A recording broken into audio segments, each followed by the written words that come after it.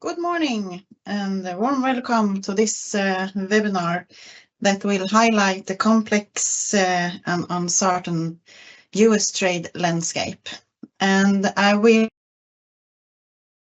start with that we have some technical problems and I hope that you can hear and see our presentation and our of course, but it can be some problem with the voice. We have tried to fix it and we hope that it will be okay for you that are listening in today. This webinar will be led by me, Helena Karlström-Siegel, and with me I have my colleague Johan Karlberg from the US office. And we will try to bring some lights in this tricky area today. We've been talking about making sense of the drama. Yeah. So let's see if we can make some sense of what's going on. Yes. And this is the agenda for today, the topics that we will navigate today. And your camera and microphone is turned off. The Q&A function, we will try to run it. That was for our attention, but as we have some technical problems today, it might be so that we are not able to see or take any questions, but hopefully we can do that. So to start, we will just start to present and talk firstly a few words about the Business Sweden organization. We are a global organization with 54 offices and locations around globally. And in Sweden, we operate from the headquarters in Stockholm and through our representations in about 20 locations in Sweden.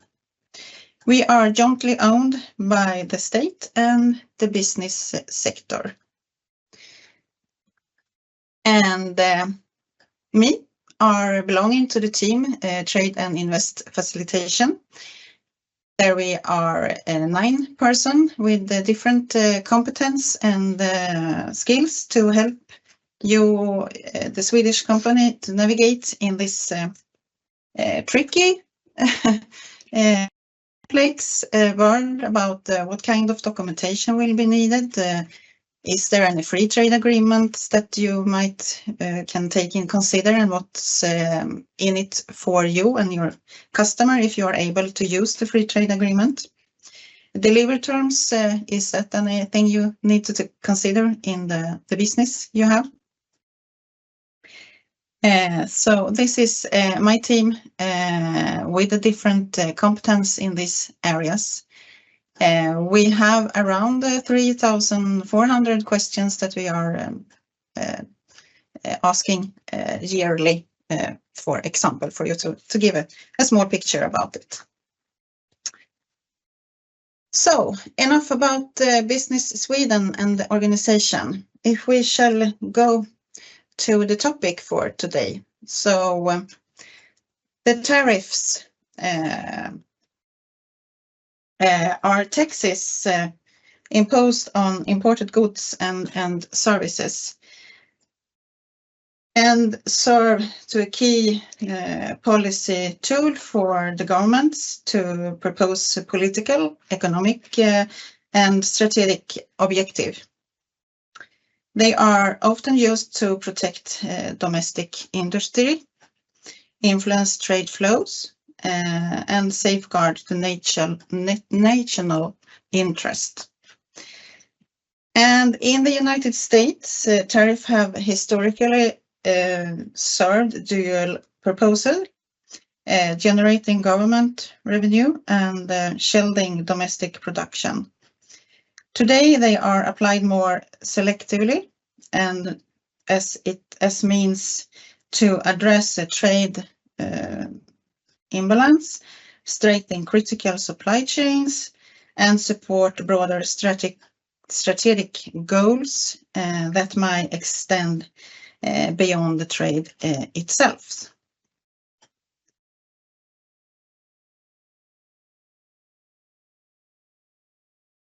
So these products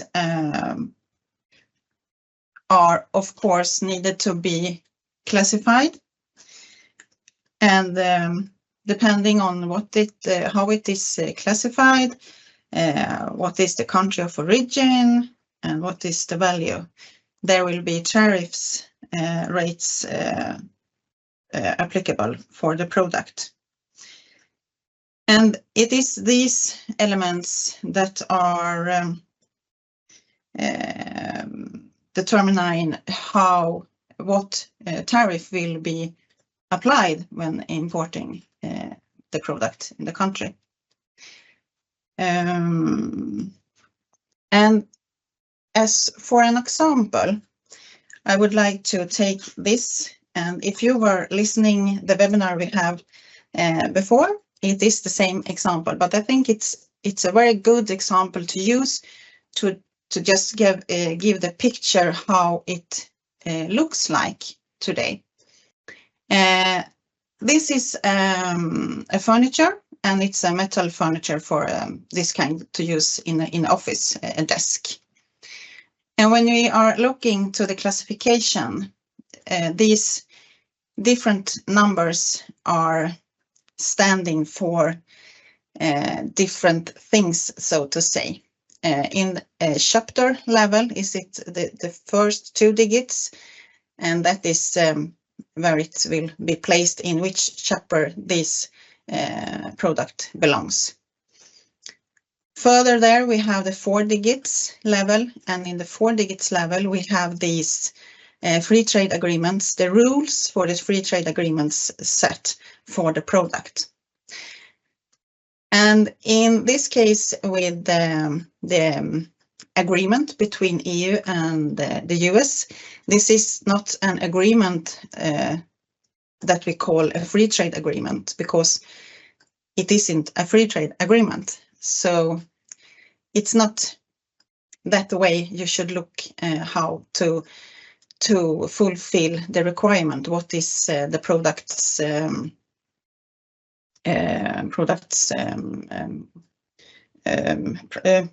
I'm losing the words. Okay.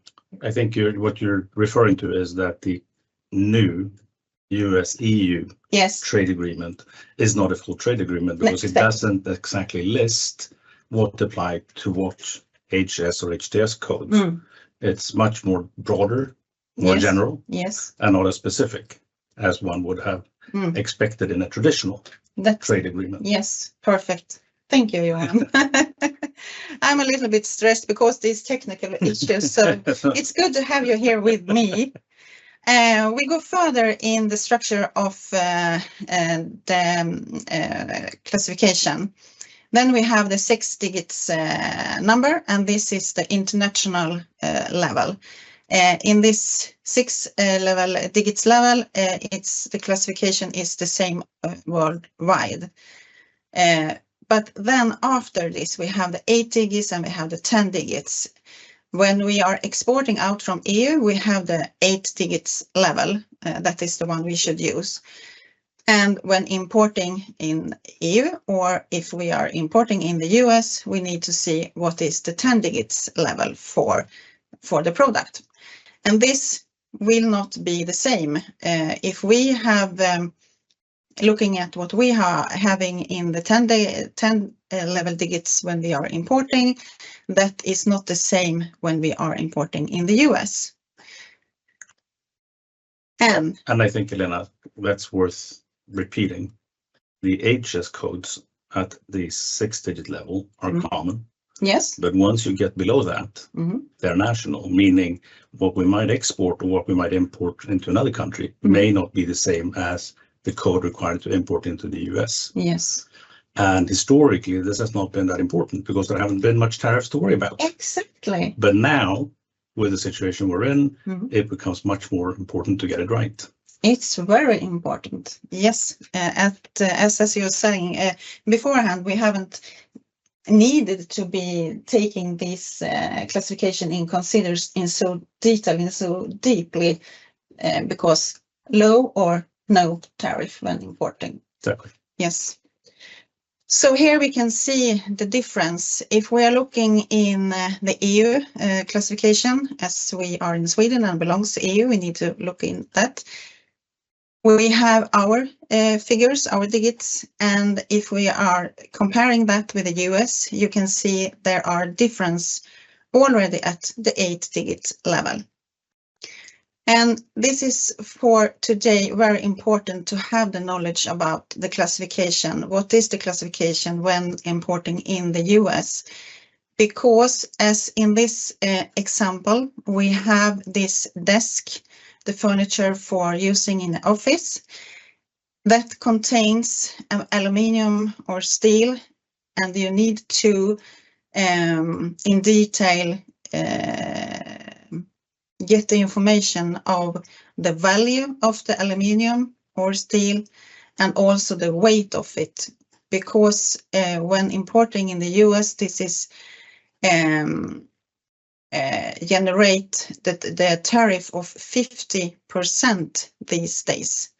And are you not able to describe and have these figures, how much steel is in the product in form of value and kilo, then you risk to have the 50% tariff on the whole value of the product that will be imported in the US. Under the current Section 232, yes, steel and aluminum tariffs. That is. Which is, as you mentioned before, a way to try and protect and rebuild American steel industry. And we'll get back a little bit later to exactly how that's laid out. So this is one example of what the tariff will be when importing in the US. And of course, we understand that this is difficult, and it's very hard where to find the information.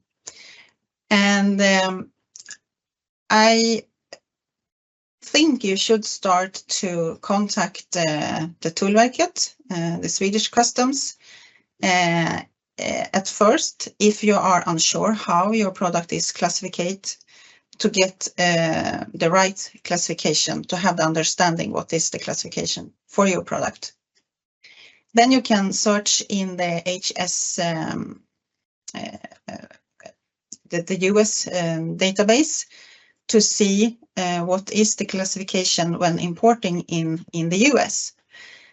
And the third source you can use that I'm self-using very much, I think it's very helpful.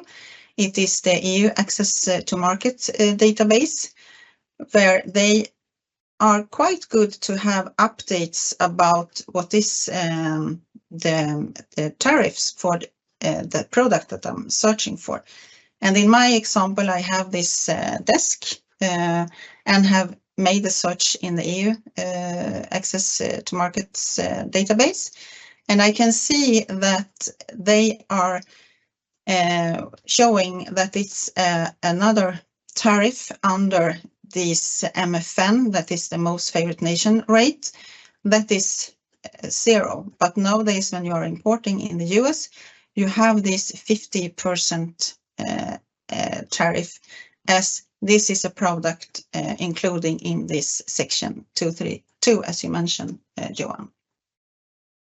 So these three resources, I believe you should have in mind to understand what is what will the tariff be when importing in the US. Do you think that you have any more? We could mention that the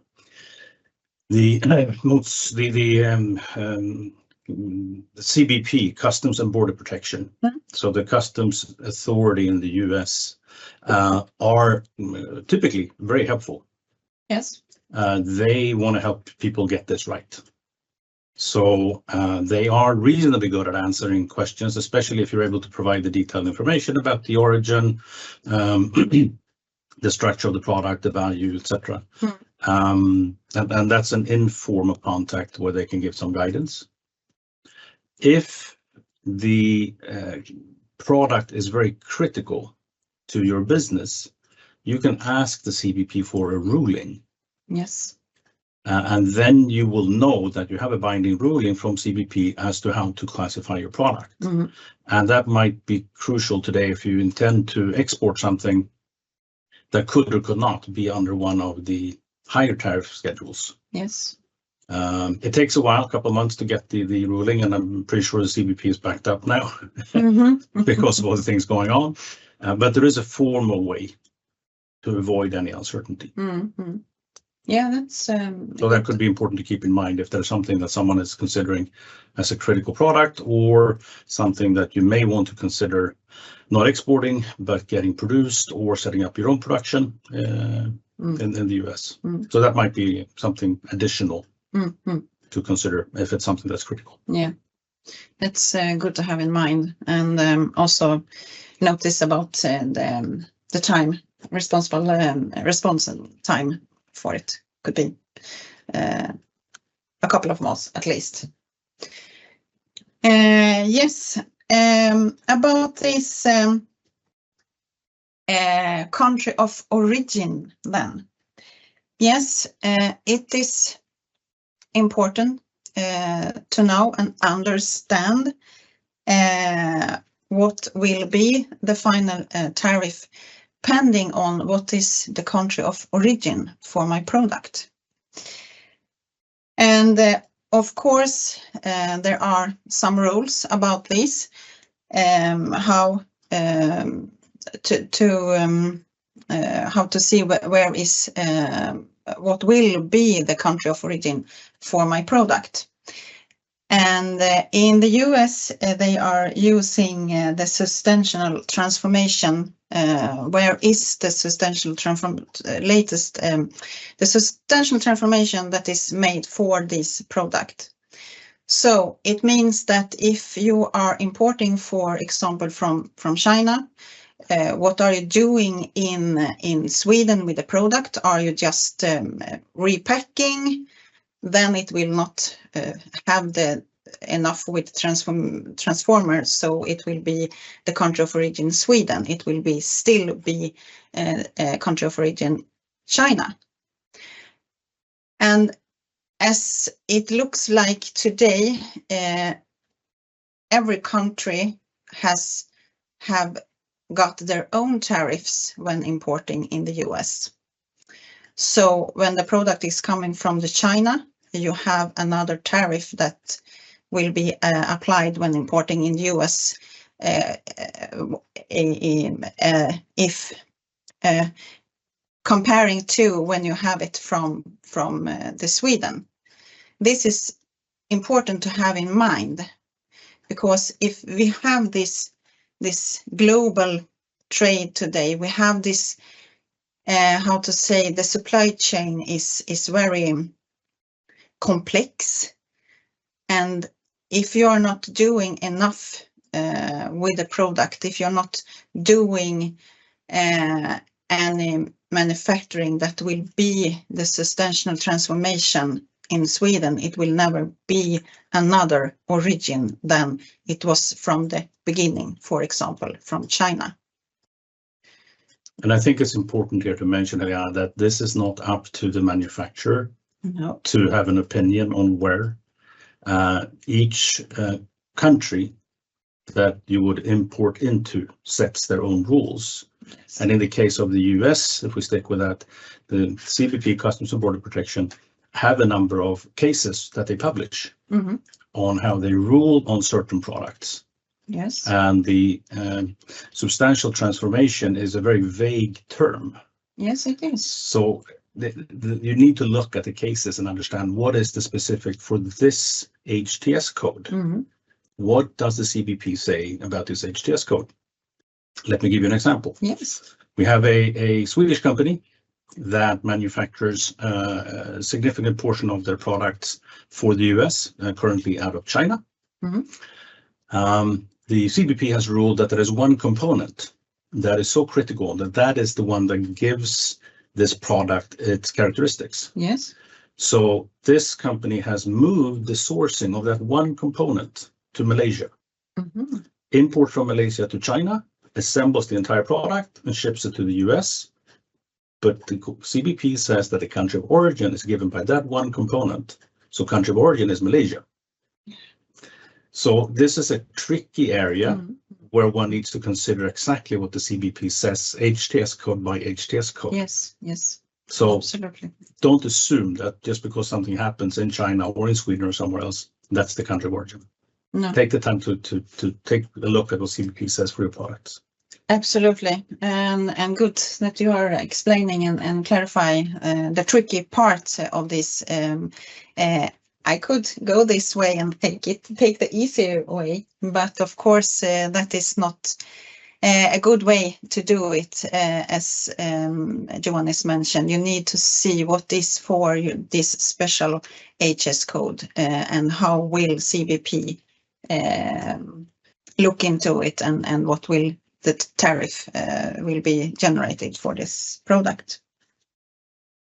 Yes, I hope we still have everything in order with the sound and presentation, and I think this is more you. So trying to explain what's going on. Yes, please do that. As a starting point, EU and the US made a preliminary agreement, which you probably saw in the press. Ursula von der Leyen and Donald Trump met at the Turnberry Golf Club late July, shook hands, and out came a message saying 15% tariffs on all European goods. That was later clarified mid-August, I think it was August 21st, with some more details. For example, the 15% does include the MFN, most favored nation rates. So there is now a cap of 15% on general exports. There are some goods that are exempt. And there's been a lot of discussion whether this was a good or a bad deal. Mm-hmm. I was yesterday at the World Trade Organization in Geneva. Our former trade commissioner, Cecilia Malmsten, was on stage, and her view was this a good deal? No, it wasn't. But it wasn't about trade. It was about getting security and getting the US to stay involved with the Ukraine situation.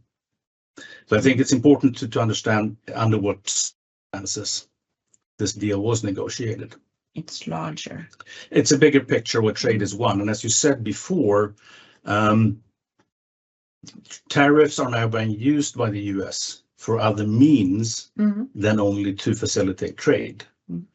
And we'll take a look in a minute at a table where we'll see some countries that are under severe tariffs, not necessarily for trade reasons. So I think that's the framing, which is important to understand. But it gives us some certainty. It gives us a baseline to work from. Would it have been better if there was no tariffs into the US? Probably. Then again, I think it's important for Swedish companies with Swedish origin or European origin to recognize that the 15% is actually relatively competitive. So a lot of other countries have higher tariffs.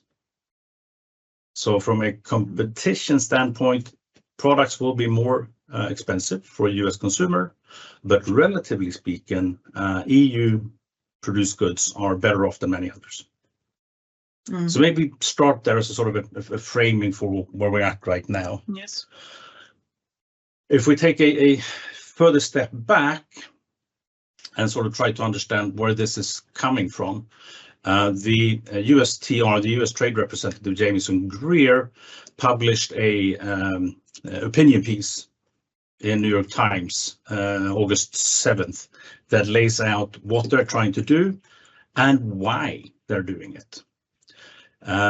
His explanation is that the WTO did not sufficiently transform from within, and the US tried for, in his words, over 20 years to push for reform, and eventually they gave up. And to some degree, this isn't new. Obama administration tried to do some of that reform. Trump put in place some tariffs in his first term. Yes. Biden did not remove them. No. He strengthened the tariffs, and Trump is now taking it one step further. So this is not something that's suddenly happening. The ambassador for Barbados to the UN and WTO yesterday said, if we had been looking more closely, we would have seen this coming. So it may seem like something's happening very, very quickly, but really it's just an extension of things that have been going on for a long, long time, where the US feels that a lot of other countries under the guise of WTO have not played fairly. And they're now saying, enough. We're not going to play with the WTO anymore. We'll set our own rules. And in the words of Jameson Greer, he says, it should be a privilege to trade into the US market. And that is a great carrot. And behave, we will use tariffs as a great stick. So speaking about a carrot and stick, market and tariffs. So that's the view, that's the logic they're laying out.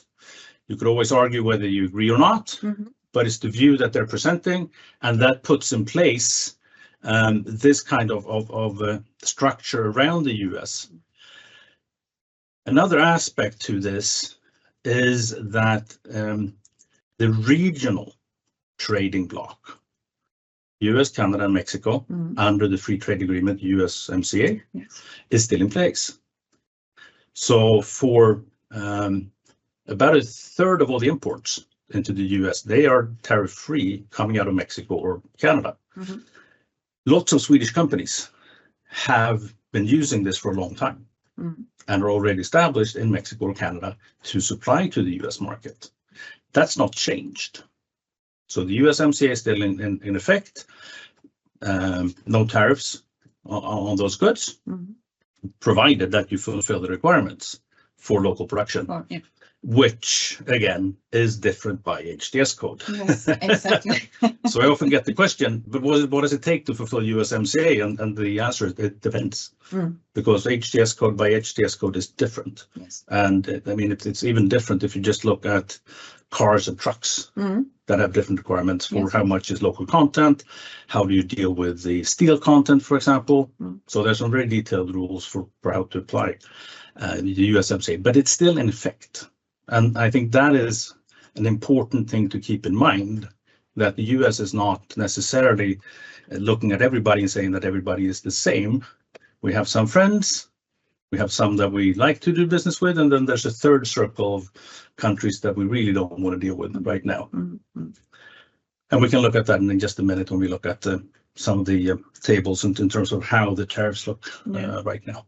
But what they call the Turnberry system is basically what came out of that weekend at the Turnberry Golf Club, which put in place what Jameson Greer speaks about as the new global order.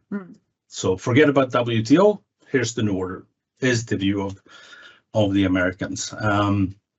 There's 165 other countries that are still members of WTO, and I think 90%, close to 90% of the trade in the world is outside of the US.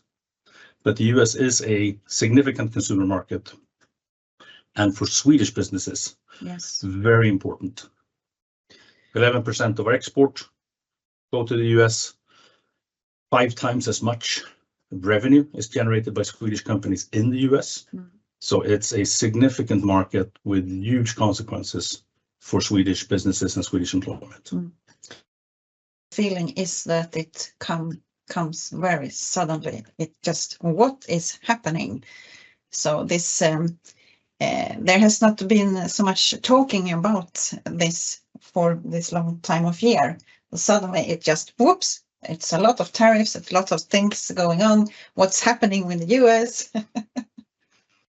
Well, it depends upon how you view it. Yeah. Because the US have been putting forth cases to the WTO for a long, long time. They won some, they lost some. They've been trying to drive reform from within. That hasn't worked. And again, all the way back to the Obama administration, yes, were more than 10 years ago. Trump did the same in his first term. Biden strengthened it, and then now we're a little bit on steroids, if you like. So it's been in the open for quite some time. To your point, what I think is very different is the rhetoric, the way that it's phrased now, where it's much more America first. Yes. We do this for us. Everybody else is bad. So the way that it's phrased is different. The second thing that's different is the legal basis, because traditionally in the US, the Constitution sets out that it is Congress who deals with foreign affairs, whether it's conflict or trade or other treaties. However, and that's the way it's historically done, where there's a cycle, it takes 6 to 12 months to run through the cycle with different hearings, and then people get a chance to talk, and trading partners get to say, here are some products that you may not have available. Could we maybe make some exemptions? That's gone. That process is not used. Instead, the administration is using a series of emergency orders, which means they are presidential orders. They're not law. Exactly. And that gives speed. By a stroke of a pen, there's an executive order, and something happens. And something we saw during the spring and the summer was that even the US authorities did not exactly know how to handle some of the executive orders. And some of the executive orders were even pulled back because they weren't implementable. We saw, for example, the rule about de minimis be taken out for China already in February, but the Postal Service wasn't able to handle it. So they pulled it back and then put it back in effect, I think, in May for China, and now in August for everybody. And I know that there's problems in Sweden as well around the Swedish post office not being able to serve packages properly because of the requirements to have them. Exactly. So the speed is different. The content and the goals are not that different from what they've been for the last 10, 15 years. But the speed and the rhetoric is different. That said, this is what we're looking at as of a week ago. It could have changed overnight. And like one of the WTO delegates, one of the judges said yesterday, these kinds of trade agreements, they're not really trade agreements, and they're not worth the paper they're not written on. Because to your point, Helena, about the EU deal, there's not really a trade agreement. No. There's a statement. Yes. And it doesn't outline exactly what needs to be done or how it's supposed to be handled. What we're seeing in this picture is the mosaic which grows out of what's going on right now. So on the left-hand side, you have the countries, and at the top, there's a number of sectors that are under specific tariffs. The first column, the IEEPA or the fentanyl tariffs, has been rejected by an appellate court. First, the trade court said it's illegal, and then the appellate court said it's illegal, and it's now scheduled to go to the Supreme Court in late October. We'll see what happens. My guess is that regardless of what happens in the Supreme Court, there will be some kind of general tariff being put in place. Yes. If the Supreme Court rejects the IEEPA, the Trump administration will find another legal space to put it back in. Take another way. So this is not going away anytime soon. And then under the Section 232, that deals with protecting US industries. There is a number of industries that have been put under 232s, the green ones. There are those that are being discussed or looked into for studies, the Section 232 requires a month-long study before you put in place anything. And these are some of the things that we're looking at and expecting. Of course, semiconductors. The US is trying to rebuild the semiconductor industry, especially on the high-end chipsets or AI native chipsets, which they don't have right now. There's one or two facilities opened recently, but they're not self-sufficient. And then it goes on with the same along the lines of copper, pharmaceuticals, where a lot is manufactured and imported either from India or Europe. So the point with this page is really to say, depending upon industry that you're in and where your competitor is, you need to understand where you're coming from in terms of tariffs, because it's not as straightforward as saying everybody's the same, or one country has a general reciprocal tariff. You need to look at your competitors and understand who are you dealing with and what are they under in terms of pressure, and what does that mean in terms of their pricing ability or about their strategic moves. So this mosaic is likely to change over time, but we're trying to keep up and then sort of understand what it means for Swedish businesses right now. Exactly, and as I started with this classification of the product and the country of origin, so put it into. That's where you need on the left-hand side. Yes, exactly. Where it comes from. Exactly, and I mean in the case that the client that I spoke about that has now sourced their key component from Malaysia, they're getting 19% on that, as opposed to over 50% coming out of China for the complete product. So it's a huge difference. Yes. And it allows companies to be a little bit more creative, but it also requires a little bit more understanding and a little bit more work. Yes. To figure out what my options are for my specific HTS code. What has the CBP said about this HTS code? Where does the substantial transformation occur? Where does the product get its characteristics? So it's not as simple as just saying, I'm going to go buy it somewhere else. No. You need to fully understand what's going on. And with that said, just want to mention in closing here before we go to the questions, that we hear many Swedish companies, especially small and mid-sized companies, requiring more understanding, requiring more help. There's some things that your department, Trade and Industrial Solicitation, can do in terms of the practicalities. In terms of the advisory part, we have a program about the policy tracking and getting access to other suppliers, legal advice, customs brokers, etc., as well as staying on top of just what's going on and joining these industry-specific networks that we're putting in place. It is a low cost to join. We're trying to keep it as simple as possible to step into it for SMEs. And then there's, of course, the more fully-fledged advisory that would run out of, for example, in the US, where we're about 45 people that do nothing but help Swedish companies figure out how to grow and expand. So I just want to mention, if you're interested, reach out. This is also on the webpage. So feel free to reach out and join if that is something that fits with your needs. Yes, that's perfect.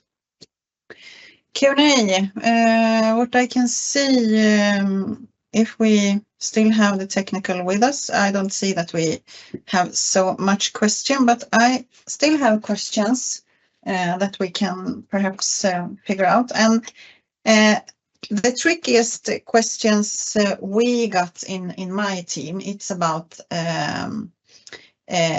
not about the classification, it's about if I have a product that is contains steel or aluminium in the section 232. And I need to specify the value of the steel, aluminium, and the weight of it. Here I myself find it a little bit tricky to understand what value should I use.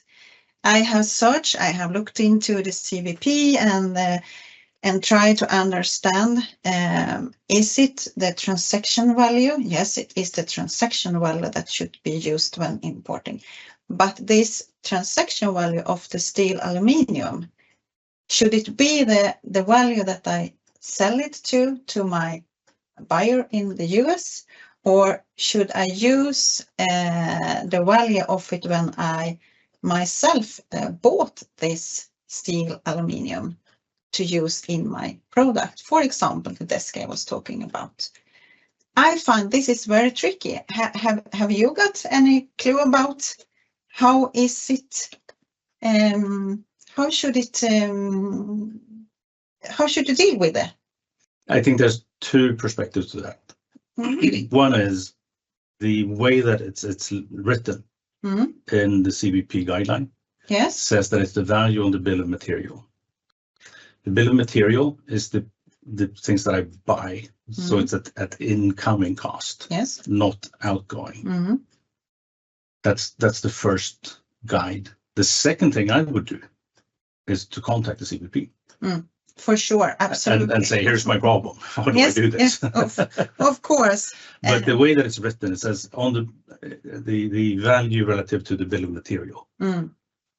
So that's the sort of incoming cost, not the outbound cost. Yes. But it's not so, how to say, it's not so clear written. In my way. Yet. And this goes back to the speed at which some of these things are happening. Where we're seeing, steel and aluminum have been under tariff since Trump 1.0. Yes. However, what's new is the extension of the derivative products that contain steel but are not the steel itself. Yes. And I think that's, to your point, that's something that the CBP is working on, how to effectively do this. And to make it even more complicated, the Trump administration added 407 HTS codes to that derivative list, which makes it more complicated. It's a lot of products. So absolutely included. And this is part of the challenge, I think, right now, that the change, the implementation is so quick. Yeah. There is no leeway to understand, and there is very limited time for the authorities, both CBP and the Department of Commerce, to prepare. So they're a little bit caught on the back foot from time to time. Fully understandable. From what I see, then these departments are doing the best they can. But things are moving very fast in terms of the speed of implementation. And I think that's something we just have to get used to, unfortunately. Yes, and of course we recommend that the companies are taking contact with the CBP, because they are the final part that can have the right thing to say about it, and they are have the decision how it will be treated when important. Absolutely, but somewhere we need to find how could we try to understand it. But of course, as you're saying, this has gone very fast, and it hopefully will be more clearly further when they have dealt with them. Over time, I think. Yes, of course. So I had another question, and I'm not sure that you can answer, but I think it's good to have some kind of dialogue about it.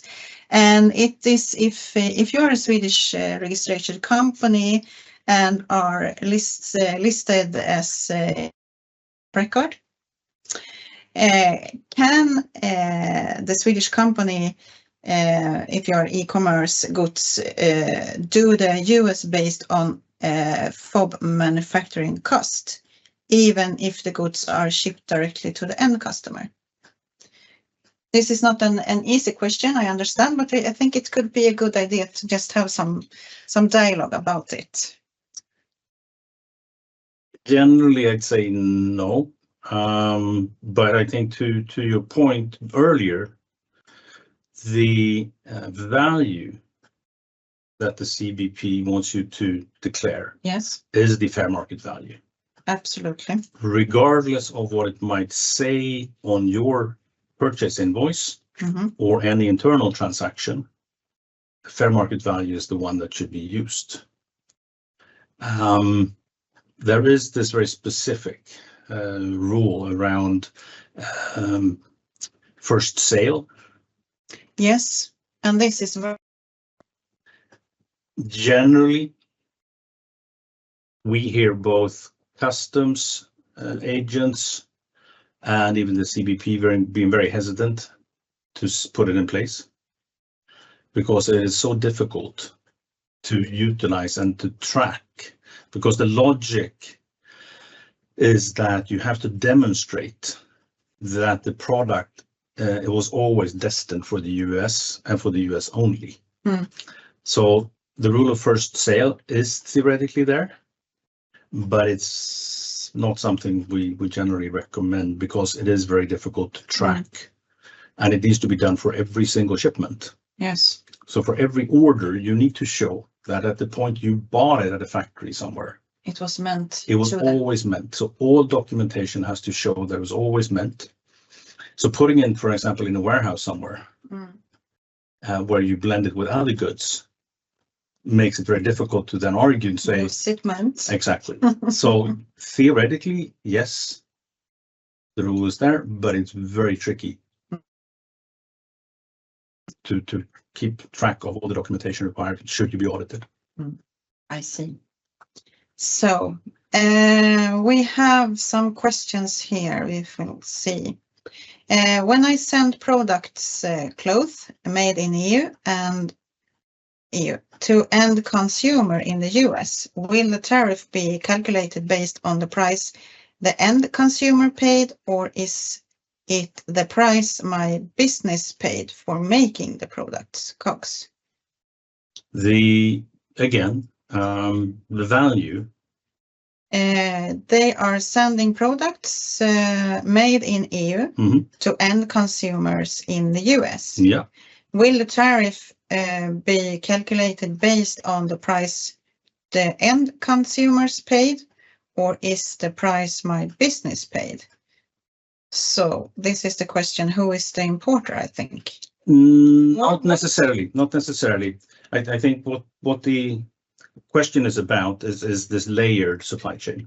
I buy the product somewhere, I then market it, I find a customer in the US, I send it directly to that customer. That's without knowing what we're saying here. Let's assume we buy the product for 50 euros, we sell it for 100. Yes. The question is, what should be the declared value at US Customs? And the answer is, it should be the fair market value.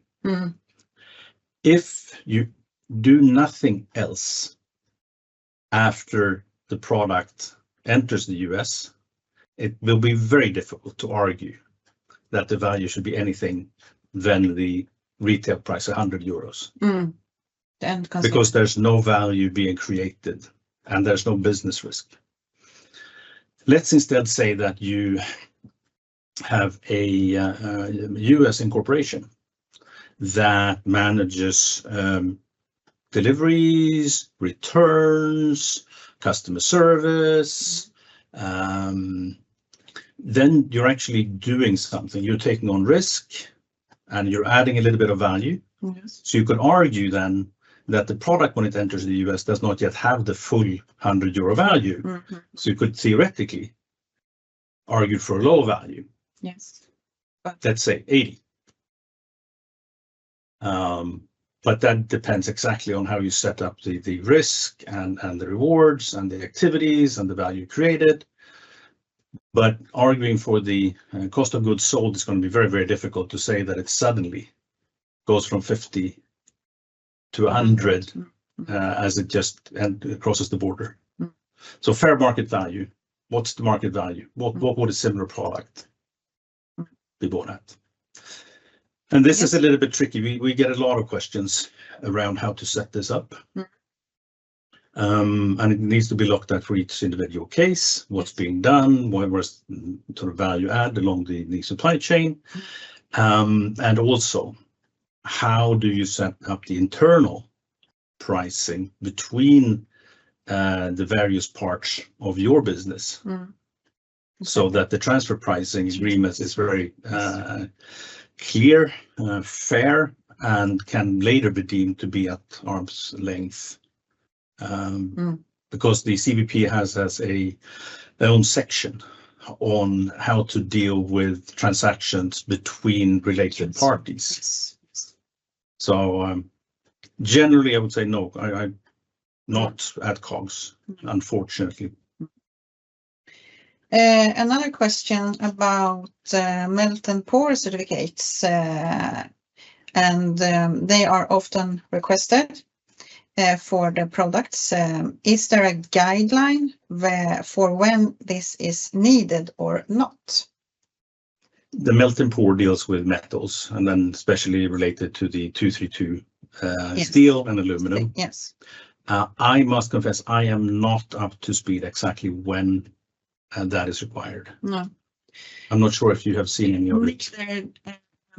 Because I haven't had the time to deep into this, but I have the feeling that this is needed as soon as you have the steel or aluminium product in material in the product. That is my feeling, but not sure. But I think also I know that CBB has a webpage with Q&A, and there is a lot of questions that they have on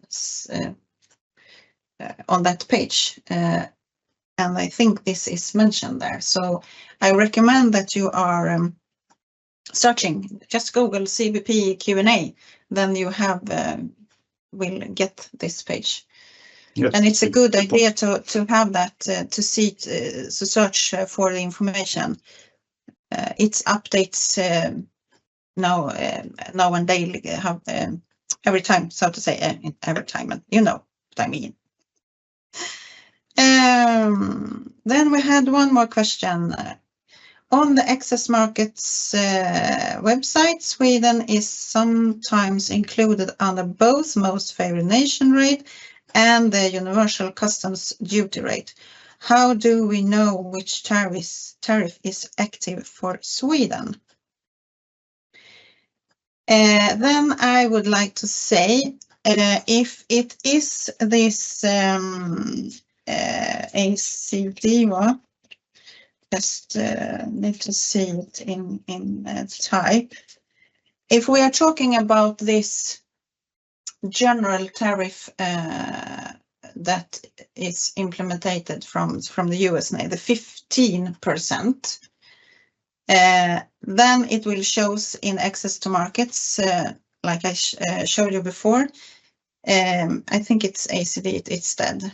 Then you have the 15%, and above there you have the MFN rate. Perhaps it says 3%.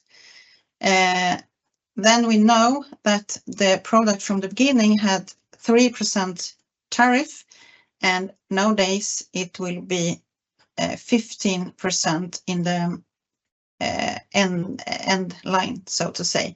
The product will generate 15% when importing into the US. Yes. I'm not familiar with the access to market side itself.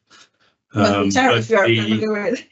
No, but what I want to just mention is that the way that the EU-US deal is set up is that the MFN rates are still in effect. Yes. But the deal says that the higher of 15 or should be applied. Yes. Which means that if there is an MFN rate lower than 15, it will still show up, but the total will stay at 15. They do not add. It's the total. The total should be 15. Will be 15%. Yeah. Yes. And do you have in the MFN rates that is higher than 15? For example, we take 18%, then it will be the 18% Correct. Tariff that will be applied. Yes. But you will see both. Maybe that's why there's some exactly. The question comes from. Yeah. Okay, I think times runs when we are having so interesting discussions here, and for now, I think it's time to end up and say thank you for us. Thanks for listening in. Yes. Do reach out, whether Absolutely. it's with a specific question, a more deeper discussion, or to join the small mid-corp advisory, tariff advisory program. I'm not sure if you see the last slide we had with the contact details to me, Johan, and our colleague Felicia that couldn't participate today, but it was mentioned. So, but please reach out, and wish you all a good lunch and a pleasant day. Thank you very much for listening in. Thank you.